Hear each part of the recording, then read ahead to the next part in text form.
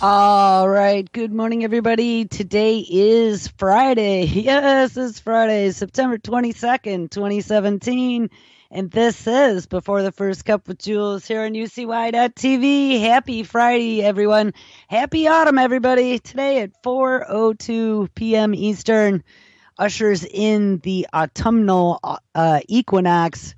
So where do we leave off on Tuesday? We titled the show Sonic Attack, Remote Control Brain, Light, Proteins, and Puppet Masters. Sorry, I haven't been around the last few days. I had doctor's appointments Wednesday and Thursday, but I'm back today. We spent the last few shows looking at the brain and some of the capabilities they have to manipulate and influence the brain. We found out with optogenetics they could flash certain wavelengths of light and turn neurons on and off like little switches.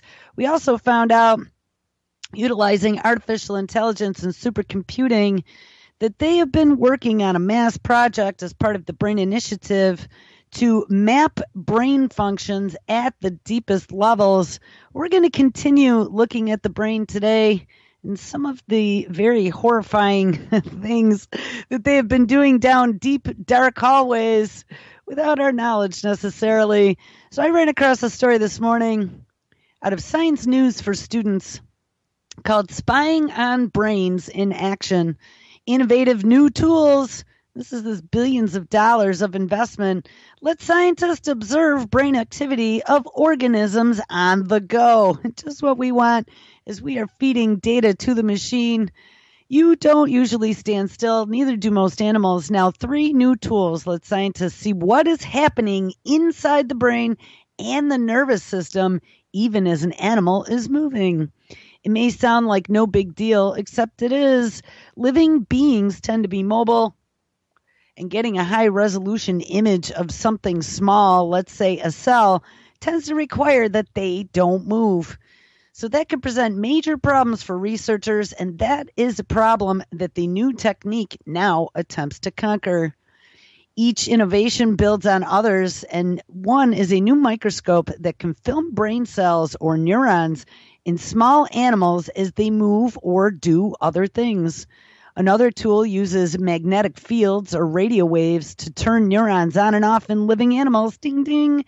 So not just optogenetics, but radio waves also. And a third technology offers a portable means to view what is going on in the human brain.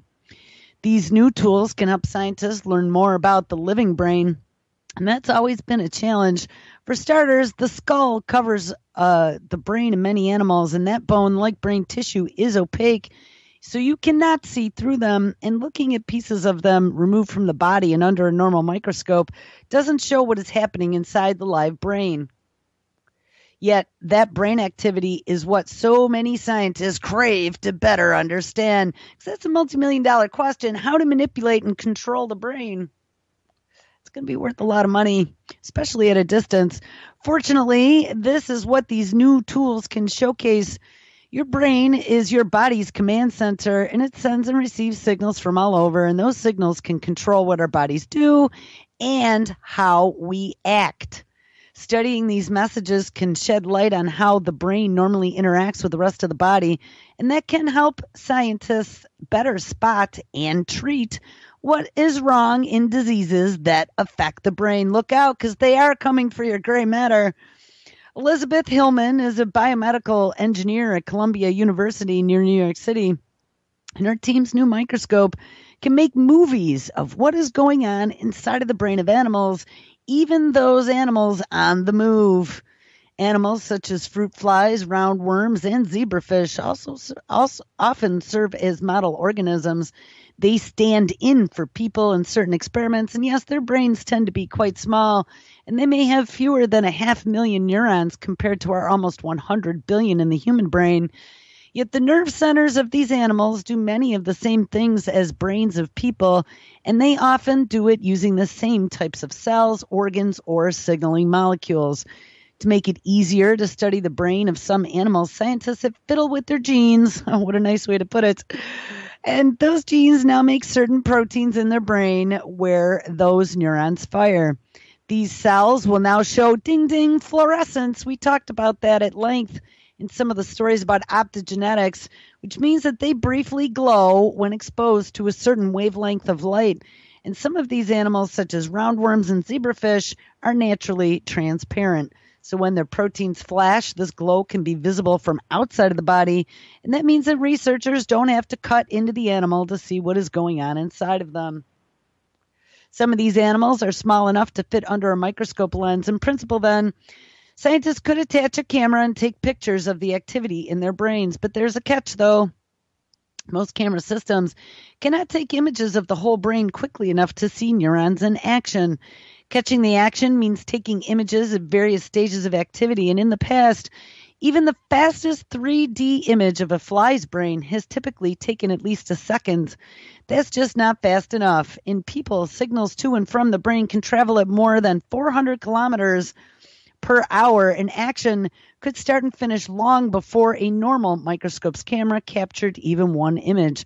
So she has been building microscopes that move a point of light around called scape devices. These can scan an object to make a 3D image of it, but making pictures of one tiny point after another can be quite slow. So she became curious about different techniques called light sheet microscopy. It shines a plane of laser light onto tissue, lighting many points at once, and a camera focused on this plane takes pictures of a whole layer, including the flashings of any neurons that are firing. In theory, the light sheet microscopy should be quicker than snapping images from spot to spot within a plane. However, to make 3D images, most people would move the sample up and down to scan each layer. And even in more advanced systems where the sample didn't move, at least one camera lens would have to move to keep up with the sheet of light. However this occurred, the animal being studied would have to lay still. Tell that to a mouse or a fruit fly. Then Hillman recalls, we had this crazy idea. Instead of moving a sample or the lens, why not use a mirror to move the sheet of light? And she and a graduate student brainstormed on how they might do this. Around this time, the mirror system came into their lab. This polygonal mirror was for another graduate student's project. The wheel-like object had 12 sides, similar to the unit in a supermarket barcode scanner. Oh no, it's the barcode. Each side was a flat mirror. When this 12-sided mirror didn't work for the other student's project, Hillman started playing with it. I like playing with lasers, she says. Hillman thought her team could use the angled mirrors to move laser light through a sample, and all the while they could keep the camera focused on the tissue being studied. After lots of trial and error, her team got the new image system to work. I can move the light sheet side to side, says Hillman. But the animals that they're looking at can be moving. All the while, her system can make a 3D video of the brain and its activity of the neurons. The group mounted the 12-sided mirror on a motor so it can move, and laser light shines at this moving mirror. The light bounces there through the magnifying lens to the sample, and that forms a diagonal sheet of light in the tissue. Cells activated by the laser beam now fluoresce, and that laser light is the same light that bounces off the mirror through some more lenses, and those lenses focus that reflected light into the fast camera where the computer records the image. Well, how interesting is that? Not only is it like a microscope, but it's also like a telescope. And as the mirror moves, the sheets of light sweep through the sample, but the clever method for collecting and processing the fluorescent light means that the camera always stays focused on the lit up plane of the sample. The computer then collects the images and assembles them into a stack to create a completed 3D picture, and puts lots of pictures together, anywhere from 20 to more than 100 a second, and then you get a 3D movie.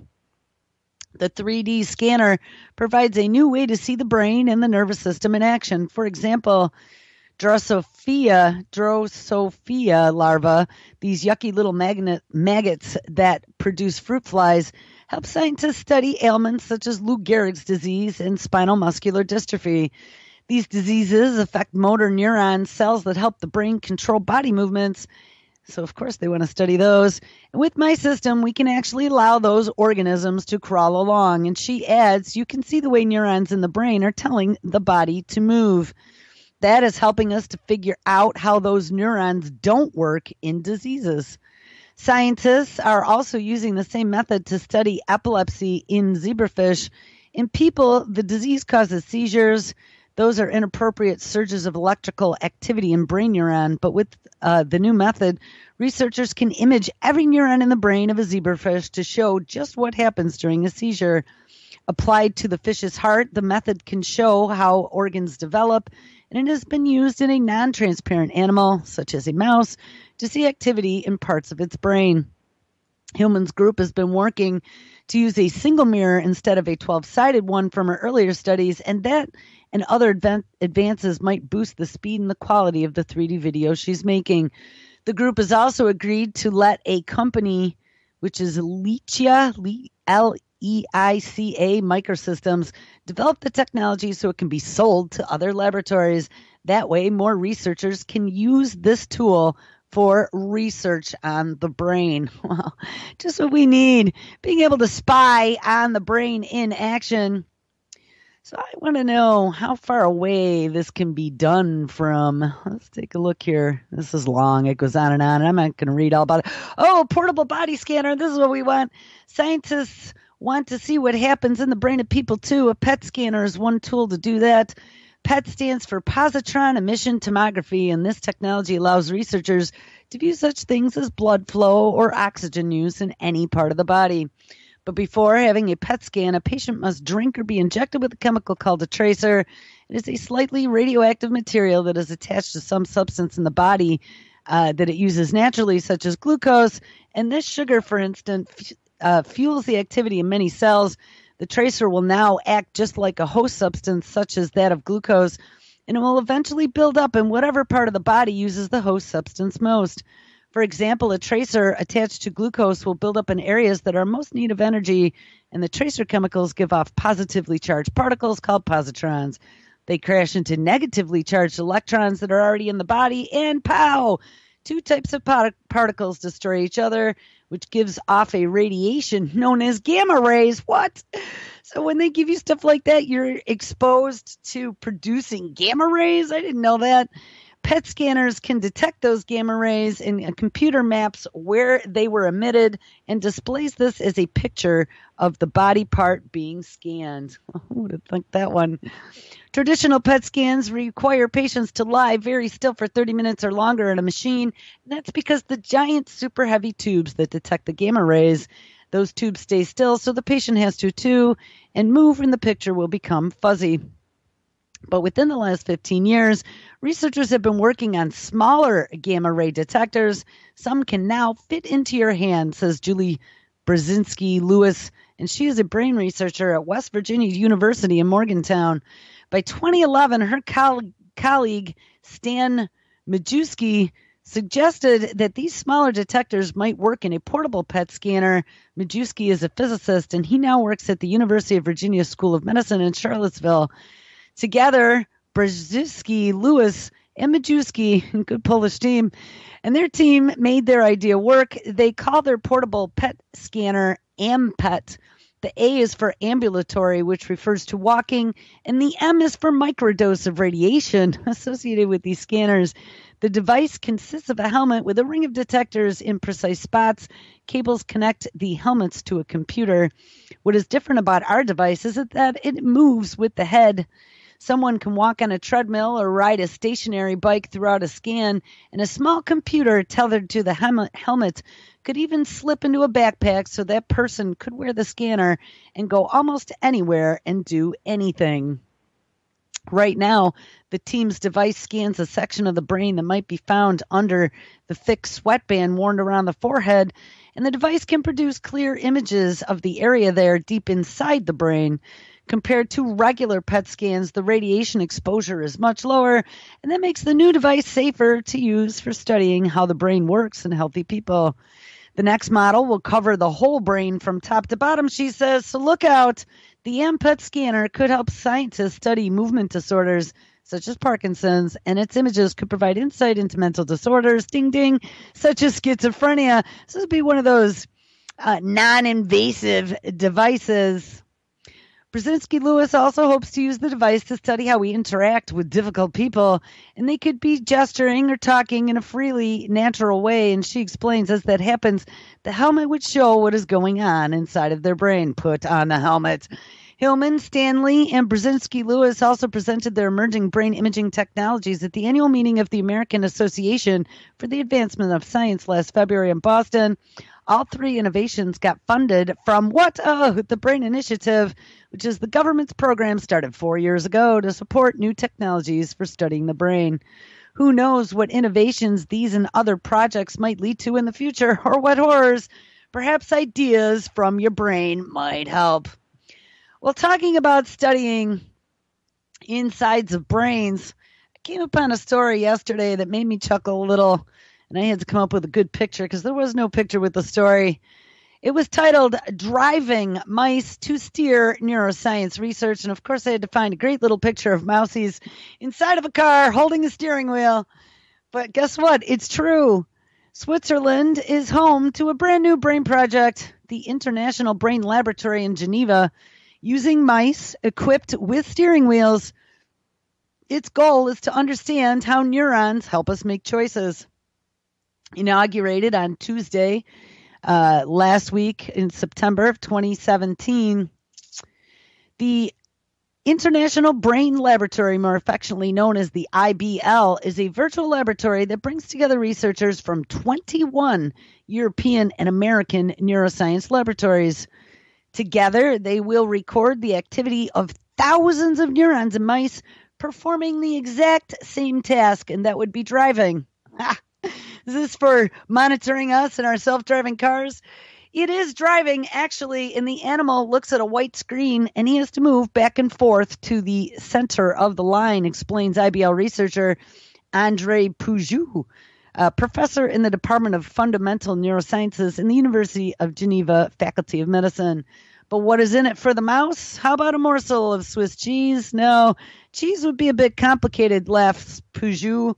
If they do it, they get a drop of water, he noted, promising that the mice were not dehydrated. However, they do wear implants on their brains to record their neuronal activity.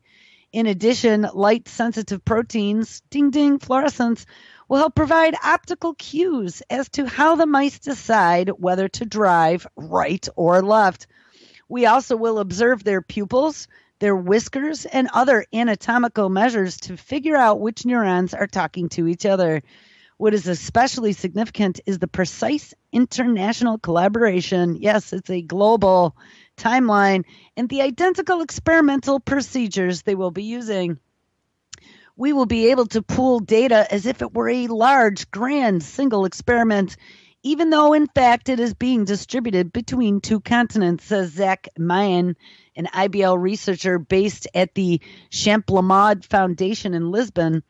In a media release, this approach is a big departure for neuroscience, where it has been difficult to integrate results into a common theoretical framework due to the differences in methodology and the lack of motivation to share and standardize data. For the initial 4 years, the Simmons Foundation in the U.S. and Britain's Wellcome Trust have committed a total of $14 million of whatever the exchange CHF is. Poujou says that the work will go on long beyond that as well. It is the ultimate quest to understand the brain, he says, and the IBL involved labs located in Switzerland, the U.S., Britain, Portugal, and France. So there you have it. This is not a single localized study. This is something that they are trying to crack worldwide. This story was another one. So we have driving mice now that are going to crack the secrets of making decisions, especially on how you drive, turn right or left. All right, so out of Penn State News, and if you remember, Penn U is where they are doing a lot of the research in artificial intelligence. It's where Obama gave his lecture, her speech at the end of his reign about how artificial intelligence will transform the Americas of the new president. Is also the home of Mayhem, the software that is the artificially intelligent, self-actionable century of the coming internet. All right, Penn State news. A neurosurgeon and an engineer walk into a lab. Scientists cross disciplines to develop an implantable device to tackle diseases of the brain. Aren't you happy that they are putting all this time and resources and billions of dollars into curing you from all the things that are wrong with your gray matter? And they are going to be setting those definitions and deciding that we all have mental illness on a spectrum that has to be corrected, or otherwise we might be dangerous or a danger to ourselves or others. Steve Schiff has a soothing voice and a gentle manner of someone who spent a large part of his career dealing with children, and frequently children in pain. He is a pediatric neurosurgeon, and he has lent his skills and bedside manner to treating diseases of the brain in children. As a researcher, he is joining forces with electrical engineer Sirvirnas Tagakipadas, something like that, Tadigadapa, to develop a technology to understand and treat diseases of the brain. Schiff is the director of Penn State Center for Neural Engineering, a lab that takes an entire floor of the life sciences wing of the Millennial Science Complex at Penn State University's Park campus. A series of card swipe controlled laboratories make up the 11,000 square foot center, which includes facilities for the construction of custom electronics, live animal imaging, surgery, and advanced computer microscopy. In the materials wing of the lab, Tagalapada's group is developing microelectronic systems, or MEMS, that allow the miniaturization of devices that can sense and stimulate nerve cells, some of which the team hopes one day will be implanted into a human skull in order to explore the brain on a cell-by-cell basis. Ding!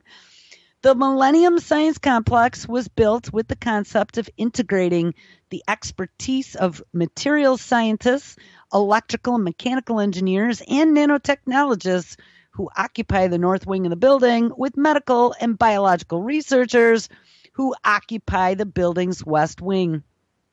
This building reflects our interaction because we are half material science and half life science, says Schiff. We will literally build these technologies on one side and then walk them up the stairs to our lab where we will do experiments on neurons. We will use individual neurons that we will be recording from, ding ding, and stimulating too, to see how far we can push this technology. We are, to our knowledge, the only center at present that is in a position to manufacture these high-density arrays for sensing and stimulation into a nanofabrication facility, and then literally transition them to an operating room. Now, if this doesn't raise scary images in your brain, I don't know what does. The project, of course, is funded by the National Institute of Health through, yes, ding, ding, Obama's Brain Initiative, launched in 2013 to accelerate the development and applications of new technologies to investigate how individual brain cells and complex neural circuits interact. In addition to graduate students, research associates, and others at Penn State, the research team will include John Wiskow of Vanderbilt University, who is one of the world's leading experts on magnetic fields and neurons. John provides some of the key physics expertise that no one in the world has, says Schiff. This is all magnetics they're talking about. The group's goal is to develop a MEMS device capable of measuring the activity in an individual brain cell and then stimulating those cells without physically penetrating the brain, a technology that could provide long-term benefits for individuals of several debilitating neurological disorders. It's all in the name of curing you. In the past 70 to 80 years, scientists have been using electrodes in the surface of the brain to measure electrical currents, and since the 1950s to stimulate the brain. And more recently, an approach called deep brain stimulation, something which DARPA was doing a lot of research in, was developed as a means to treat the tremors associated with Parkinson's disease. And in deep brain stimulation, electrodes are implanted in the brain, and a generator is implanted in the patient's chest wall, and a pattern of electrical pulses is used to stimulate portions of the brain. Now, deep brain stimulation is being studied experimentally as a way to treat other ailments. It works for some patients with major depression, although the exact mechanism is still not understood. Deep brain stimulation also has been used to control robotics for patients with disabilities and robotic arms. Imagine you are trying to run an artificial hand, says Schiff, something else that DARPA's been working on. And you want to pick up signals from the hand in the area of the cortex that gives you the intention of the individual to move such a hand. Just like we were studying in the driving mice, what makes them turn right or left. This is one of the reasons why they state that they have to study this stuff to understand how you move and what little flashes of electrical activity or magnetics or light are required to activate those neurons. We can only do that now by implanting an array of electrodes into the hand in the area of the brain itself. A big drawback of this technique is that implanting electrodes deep inside or on the surface of the brain has serious potential side effects. Yeah, I think so. There is a measurable risk of hemorrhage and damage, and there is always a few % risk of infection. If I am studying a child for epilepsy, I need to take those electrodes out by 2 weeks. Like, oh my God. Definitely by 3 weeks. Could you imagine having to make that decision as a parent? Or I have to go in and free them from scar tissue that is already formed on the surface of the brain. Placing electrodes on the outside of the head is not a good option either, because bone is a good insulator and electrical signals cannot easily pass through the skull. But there is a better choice, using magnetic fields rather than electrodes. Bone is not a barrier to magnetic fields, so it is as it is to electrical signals, and that is where Todd Japata's expertise comes in. He and his lab team are developing tiny MEM devices that can interact with brain cells via magnetism. But magnetic fields come with a problem of their own. They decrease with distance, and even at a fraction of a millimeter makes a difference, says Todd Japata. So to get their device as close as possible to the cells it will interact with, the team is taking advantage of the layered structure of the bones that enclose the brain. These bones have a dense outer layer, a dense inner layer, and a spongy-looking layer in between. By removing a small piece of the outer and the middle layers, researchers can place a device on the inner layer, and that gets the device as close to the target cells as possible without penetrating the dura, which is a tough membrane that surrounds and protects the brain from infection. The device could be adjusted, repaired, and replaced without disturbing brain tissue. Well, goody, how exciting. To use magnetic fields to affect the brain is not new. What's new and ambitious about the Penn State project is that researchers will attempt to stimulate and record the activity of a small group of neurons, the smallest group that would be effective for producing the desired result, or even of a single nerve cell. Usually what people do to magnetically stimulate neurons is to have very big coils that go outside of the head, but they are not implantable. They are about the size of your fist, so you have to go into a lab for treatment, which is called transcranial magnetic stimulation. These large magnets activate a relatively large part of the brain, so you can't get finely specific. Freeman is experimenting with magnetic field inducing microcoils of different shapes and sizes, the smallest so far being about a 0.5 millimeter in diameter. And each coil creates a magnetic field that can create an electrical current in one or a small number of targeted brain cells. The coils are made with copper patterned on a microglass structure, and the team is also taking advantage of recent advances in 3D fabrication to look into whether a 3D coil might be more effective than a flat coil.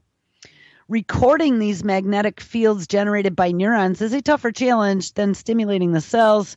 Conventional methods of doing this without potentially damaging the brain either don't have cellular resolution, require shielded rooms, or cannot be performed at safe temperatures. One technique requires cooling liquid helium temperatures to minus 269 degrees Celsius, and another requires heating to 180 degrees Celsius. A recently developed method uses a synthetic diamond material to pick up very small magnetic fields, but it requires using microwaves, ding, like the ones in a kitchen microwave, which have a tendency to cook things in its vicinity, or cell phones, and not an optimal solution. or your Wi-Fi. There is a seemingly inescapable problem of living on a planet that itself is a huge magnet. The Earth's magnetic field is around 60 microtesla, says Taglapala, referring to the standard unit of measurement, and the magnetic field of the human brain activity is around a picotesla, so around 60 million times weaker. So there is a need to block the Earth's huge magnetic field. Currently, that is done with an isolated room that costs several $million to build. We hope to be able to do this with an on-chip circuit.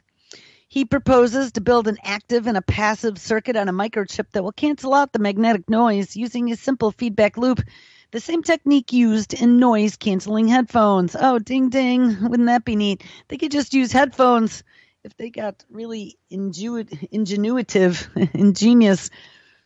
They could make a little set of headphones that you could put in to record your brainwaves. And this is the same technique used for noise-canceling headphones. The micro device will generate an onboard magnetic field within the MEMS chip that will compensate for the Earth's magnetic field and other interfering magnetic fields in other nearby environments. Other circuits in the implantable chip will amplify the magnetic signal from the cells.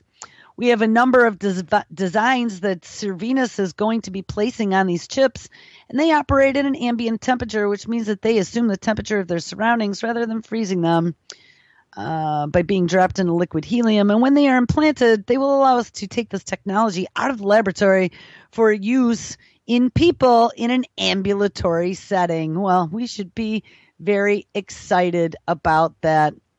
So, story came out of Gizmodo. This was yesterday afternoon.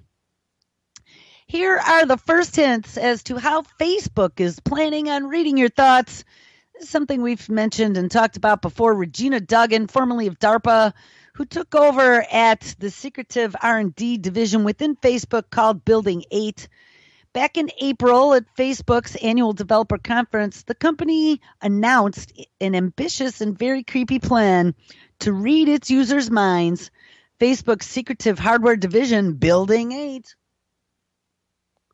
planned to develop its own, quote, brain-computer interface hardware that would allow a user to send words straight from their brain to a computer by merely thinking. But until now, we have heard scant details as to how exactly Facebook plans to accomplish this. It sounds impossible, Building 8's head Regina Duggan said at the time, but it's closer than you may realize. Ding, ding. Within a few years, she says, her researchers aim to create a system that lets people type with their thoughts 3 times faster than you can type with a smartphone. Speaking at MIT's Media Lab conference on Monday, project head and neuroscientist Mark Chevalier dropped some more hints as to how this long-shot goal might be achieved. His team, he told the audience, plans to use non-invasive sensors, ding ding, it's always non-invasive, to detect brain signals associated with a person thinking a word that then could use an algorithm to figure out what the intended word was, according to a report at the conference by Stat News. Artificial intelligence is also likely to figure in, helping to determine which of several possible words is actually the one a user was thinking. And the team is leaning toward using a technology called diffuse optical tomography to pull all of this off, which would work by shining near-infrared light onto brain tissue and then deduce patterns of neurons based on how the light was scattered. Well, that's lovely. Near-infrared, and how are they going to get that in there? According to Stat, Chevalier pegged the technology as a solution to the fact that people don't like using voice recognition to send text when they're within earshot of others, even though it is faster than typing. Facebook is hardly the first to set out to make a working brain-computer interface. DARPA, which Duggan used to head, has invested heavily in brain-computer interface technologies to do things like treat mental illness, ding ding, and restore memories to soldiers injured in war.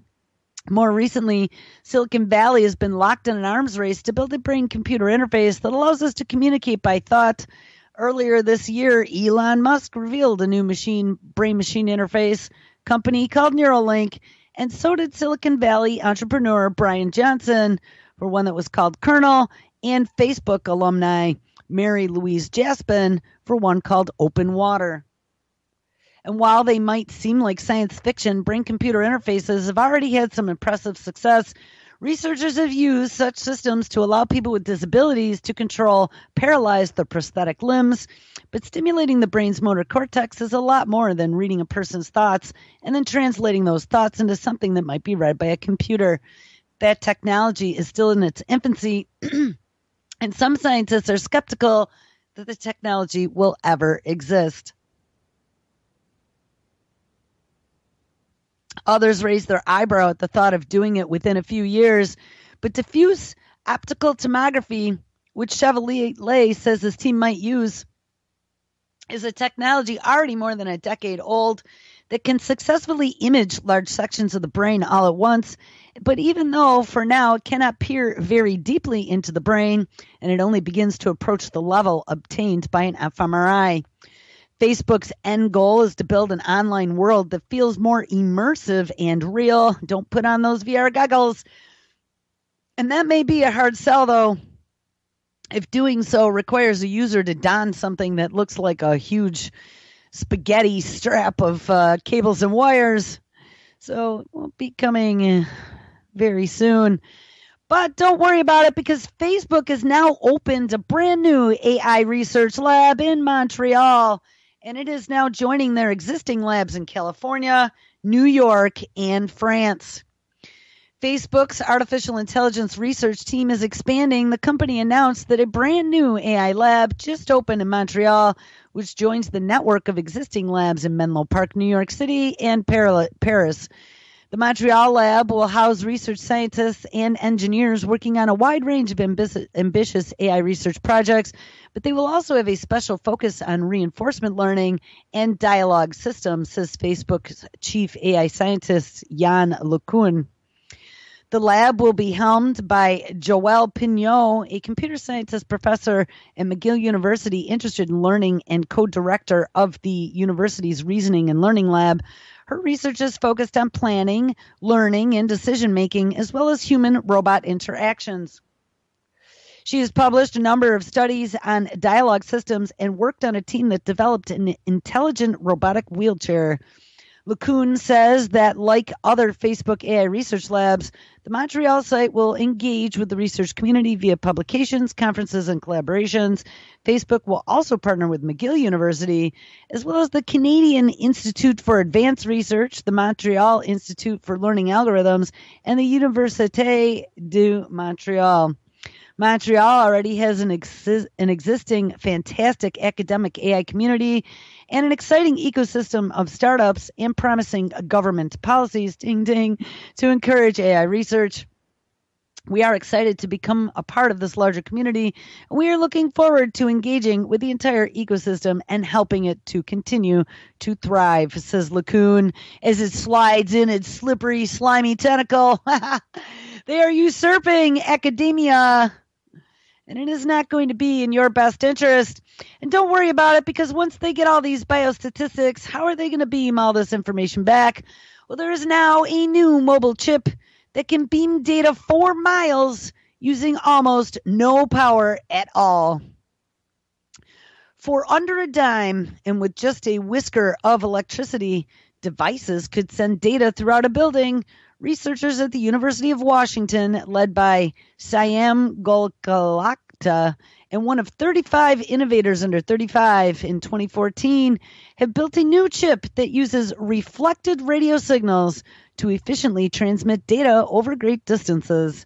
This chip uses a technique called long-range backscatter to communicate with other devices, and instead of creating signals from scratch, it is able to selectively reflect radio waves that are already passing through space. Remember, our whole environment is bathed in waves that we cannot see, passing through space. To create a new signal, researchers built out several prototype devices that use the technology, including a skin patch and a connected contact lens like the one shown at the EM Tech MIT in 2016, and tested them to find out how well they perform.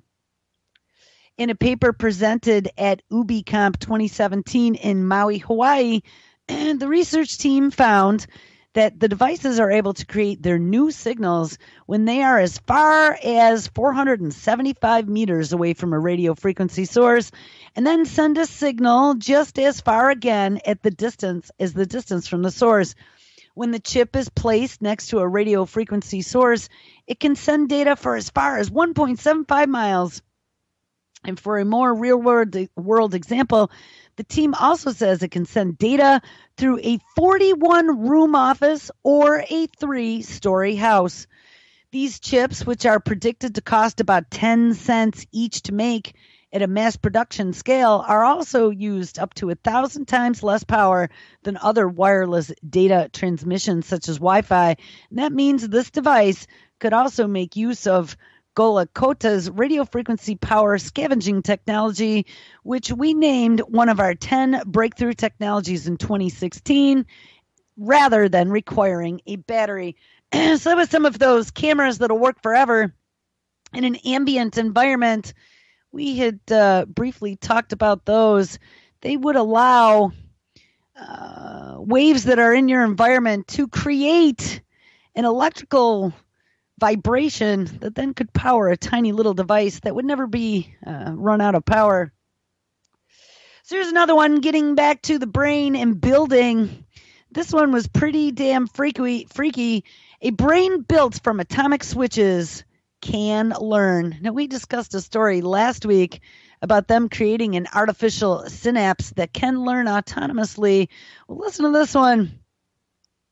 A tiny self-organized mesh of artificial synapses recalls its experiences and can solve simple math problems. Its inventors hope to point the way to devices that match the brain's energy-efficient computing prowess.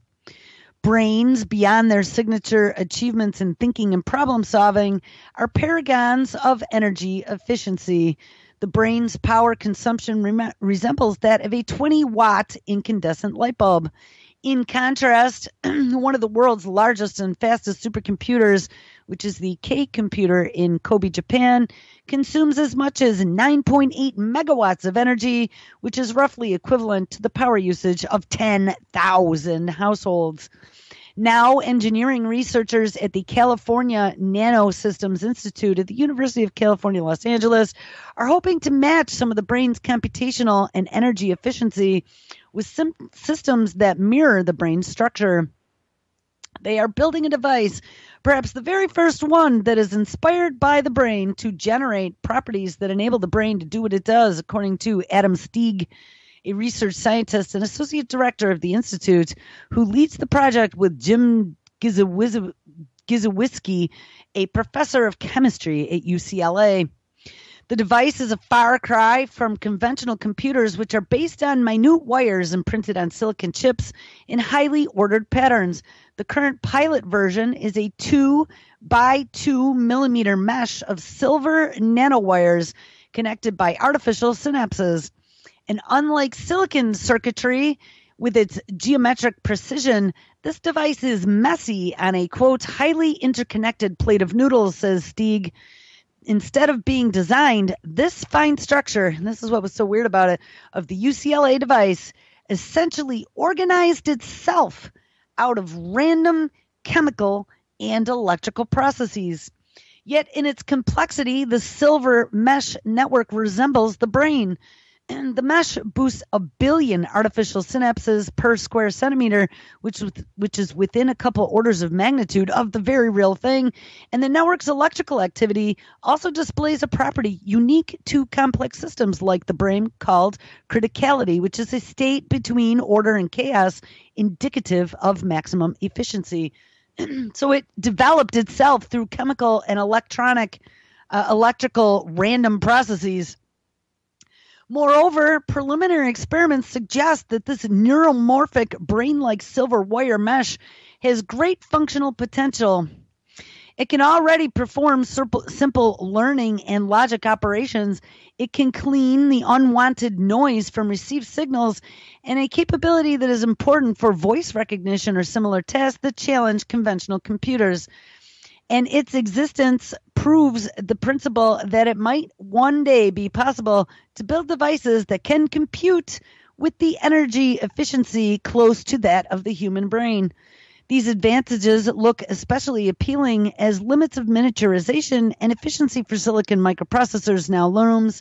Moore's law is dead, and transistors are no longer getting smaller, and people are going, oh my God, what do we do now? So DARPA is dumping money into that. We found out on Tuesday, says Alex Nugent, CEO of the Santa Fe-based neuromorphic company known as KNOWM, KNOWM, who is not involved in the UCLA project.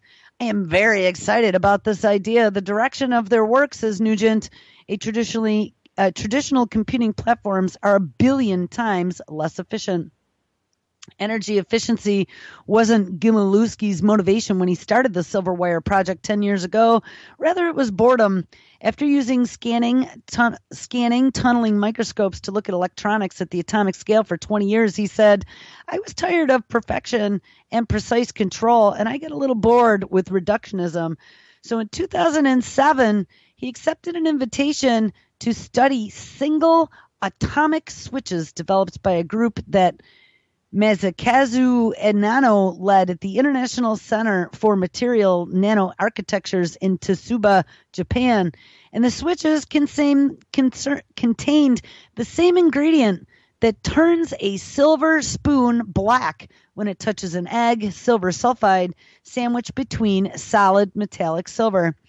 Applying voltage to these devices pushes positively charged silver ions out of a silver sulfide toward the silver cathode ray, where they are reduced to metallic silver.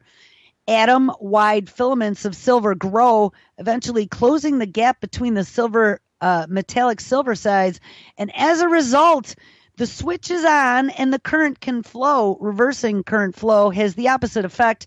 The silver bridges shrink and the switches turn off, so it makes like silver neurons. After developing the silver switch, however, Anno's group started seeing irregular behavior. The more the switch was used, the more easily it would turn on. And if it went unused for a while, it would slowly turn off by itself, just like your brain neurons.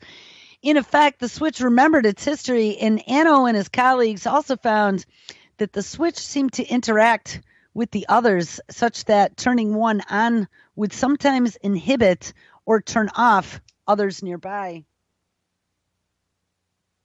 Most of Anno's group wanted to engineer these odd properties out of the switch, but Gimulewski and Stieg, who had finished his doctorate in Gimulewski's group, were reminded of synapses, the switches between nerve cells in the human brain, which also change their responses with experience and interact with each other. And during one of their many visits to Japan, they had an idea. We thought, why don't we try to embed them in a structure reminiscent of a cortex in a mammalian brain and then study that?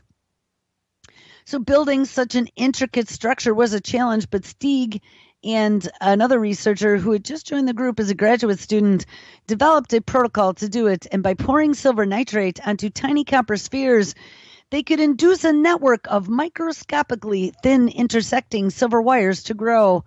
They could then expose the mesh to sulfur gas to create a silver sulfide layer between the silver wires, as Enano's team made their original atomic switch.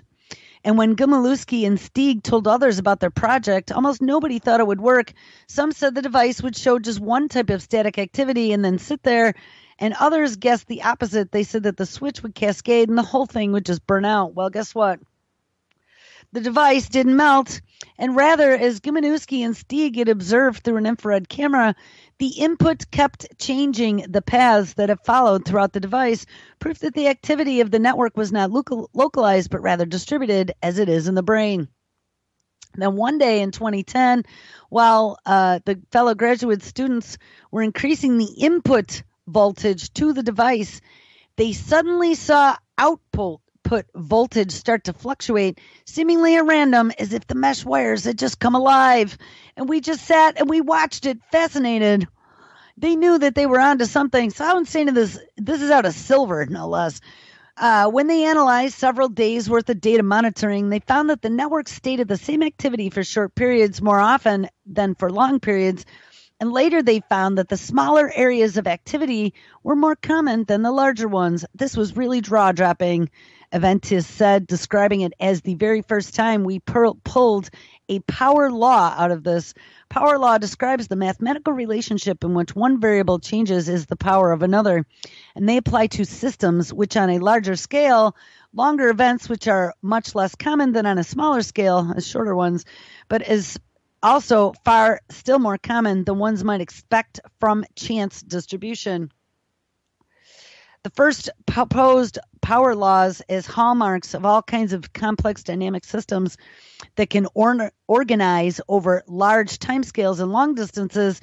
And power law behavior, he says, indicates that a complex system operates at a dynamic sweet spot between order and chaos, a state of criticality, it is called, in which all parts are interacting and connected for maximum efficiency. Power law behavior has been observed in the human brain, and in 2003, a neuroscientist with the National Institute of Health observed that groups of nerve cells activated others, which in turn activated others, often forming system-wide activation cascades. They found that the sizes of these cascades fell along a power law distribution and that the brain was indeed operating in a way that maximized activity propagation without risking runaway activity. The fact that this UCLA device also shows power law behavior is a big deal, says Plentz, because it suggests that, as the brain, a delicate balance between activation and inhibition keeps all of its parts interacting with one another. We found out as part of that optogenetics, activation and inhibition was one of the things that they were studying. The activity doesn't overwhelm the network, but it also doesn't die out. Glimowitsky and Stiegs later found an additional similarity between the silver network and the brain. Just as sleeping human brains show fewer short activation cascades than a brain that is awake, brief activation states in the silver network become less common at lower energy inputs, and in a way then, reducing energy input into the device can generate a state that resembles a sleeping state of a human brain. Ding, ding, ding. But even if the silver wire network has brain wire properties, can it solve computing tasks? Well, a preliminary experiment suggests the answer is yes, although the device is far from resembling a traditional computer. For one, there is no software. Instead, the researchers exploit the fact that the network can distort an input signal in many different ways depending on where the output is measured, and this suggests possible uses for voice or image recognition because the device should be able to clean out a noisy input signal. But it also suggests that the device could be used for a process called reservoir computing, because one input in principle could generate many, perhaps millions of different outputs called the reservoir, and users can choose or combine outputs in such a way that the result is a desired computation for the inputs. For example, if you stimulate the device at two different places at the same time, chances are that one of the millions of different outputs will represent the sum of the two inputs. The challenge to find just the right outputs and decode them, and to find out how to best encode information so that the network can understand it. And this is done by training the device by running a task of hundreds, perhaps 1,000 times, first with one type of input, then with another, and then comparing which output best solves the task. Well, that's how they've been teaching artificial intelligence. We don't program the device, but we select the best way to encode the information, such as the network behaves in an interesting and useful manner. Well, what do you think about that? So we created artificial synapses, and we also found out we created artificial synapses that can learn autonomously. Well, here is a new one that AI is learned to do all by itself without human intervention. AI has just learned to read sentiment without being trained to do so. They are teaching facial expressions and how to determine what emotions you are experiencing and how to categorize them. Much of today's artificial intelligence relies on machine learning, where machines respond or react autonomously after learning information from a particular data set. Machine learning algorithms, in a sense, predict outcomes using previously established values. Researchers from OpenAI discovered that a machine learning system they created to predict the next character in a text of reviews from Amazon developed into an unsupervised system that could learn representations of sentiment. We were very surprised that our model learned to interpret a feature, and that's by simply predicting the next character in an Amazon review resulted in discovering the concept of sentiment. OpenAI's primary investigator Elon Musk and Peter Thiel and Sam Altman explained on their blog, OpenAI's neural network was able to train itself to analyze sentiment by classifying reviews as either negative or positive, and then was able to generate text with a desired sentiment. Ding, ding, ding. The AI was a multiplicative, long, short-term memory trained for a month with 4,096 units on a corpus of 82 million Amazon reviews to predict the next character in a chunk of text. And after training this system, the researchers turned the model into a sentiment classifier using a linear combination of these units. And when they noticed that their model was using a few of the learned units, they discovered that there was a single sentiment neuron with a highly predictive sentiment value. The sentiment analysis capabilities of this AI surpassed every other approach used in the Stanford Sentiment Tree Bank, a small but extensively studied sentiment analysis of data. And the AI boasts a 91.8% accuracy, higher than the previous 90.2%. And it was all done with unsupervised learning. Unsupervised learning algorithms are the dream of machine learning researchers. It is basically an AI capable of learning on its own, which eliminates the need to feed it labeled or organized data. OpenAI's system achieved just that, but its developers recognized that it may not be the only machine capable of such unsupervised learning. Remember, Google's DeepMind did it as well. Being able to learn unsupervised, it learned how to walk, jump, and run.